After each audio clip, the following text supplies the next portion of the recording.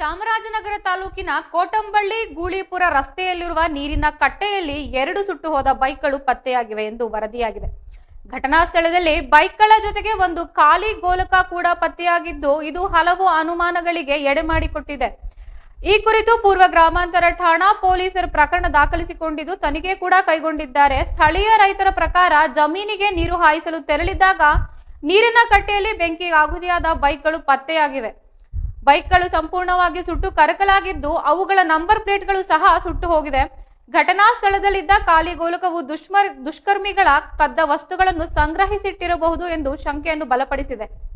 ಪೊಲೀಸರು ಸ್ಥಳಕ್ಕೆ ಭೇಟಿ ನೀಡಿ ಪರಿಶೀಲನೆ ನಡೆಸಿದ್ದಾರೆ. ಬೈಕ್ಗಳು ಕದ್ದಿರಬಹುದು ಮತ್ತು ಕಳ್ಳರು ಸಾಕ್ಷ್ಯನಾಶಕ್ಕಾಗಿ ಅವುಗಳನ್ನು ಸುಟ್ಟು ಹಾಕಿರಬಹುದು ಕೂಡ ಎಂದು ಶಂಕಿಸಲಾಗಿದೆ. ಘಟನೆಯ ಕುರಿತು ಮಾತನಾಡಿದ ಪೂರ್ವ ಗ್ರಾಮಾಂತರ ಪೊಲೀಸ್ ಠಾಣೆಯಲ್ಲಿ ಅಧಿಕಾರಿಯೊಬ್ಬರು, ನಾವು ಪ್ರಕರಣ ದಾಖಲಿಸಿಕೊಂಡು ತನಿಖೆ ಆರಂಭಿಸಿದ್ದೇವೆ. ಸುತ್ತಮುತ್ತಲಿನ ಪ್ರದೇಶಗಳಿಂದ ಸಿಸಿಟಿವಿ ಕ್ಯಾಮೆರಾಗಳನ್ನು ಪರಿಶೀಲಿಸಲಾಗುತ್ತಿದೆ. ಶೀಘ್ರದಲ್ಲೇ ಆರೋಪಿಗಳನ್ನು ಬಂಧಿಸಲಾಗುವುದು ಎಂದು ತಿಳಿಸಿದ್ದಾರೆ. ಈ ಘಟನೆ ಸ್ಥಳೀಯರಲ್ಲಿ ಆತಂಕ ಮೂಡಿಸಿದ್ದು, ರಾತ್ರಿ ವೇಳೆ ಈ ಪ್ರದೇಶಗಳಲ್ಲಿ ಕಳ್ಳತನದಂತಹ ಅಕ್ರಮ ಚಟುವಟಿಕೆಗಳು ಹೆಚ್ಚಾಗುತ್ತಿದೆ ಎಂದು ಸ್ಥಳೀಯರು ಆರೋಪಿಸಿದ್ದಾರೆ. ಪೊಲೀಸರು ಕೂಡಲೇ ಈ ಬಗ್ಗೆ ಕ್ರಮ ಕೈಗೊಳ್ಳಬೇಕು ಸಾರ್ವಜನಿಕರು ಆಗ್ರಹಿಸಿದ್ದು, ಘಟನೆಗೆ ಸಂಬಂಧಿಸಿದಂತೆ ಹೆಚ್ಚಿನ ಮಾಹಿತಿ ನಿರೀಕ್ಷಿಸಲಾಗುತ್ತಿದೆ.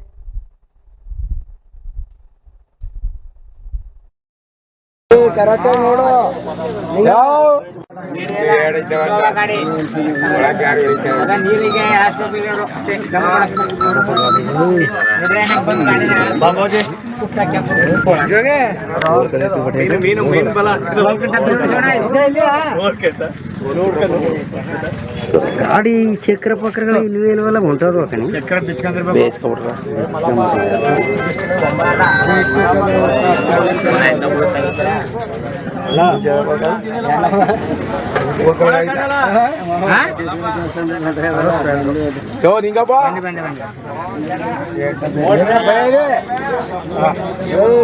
ನೋಡು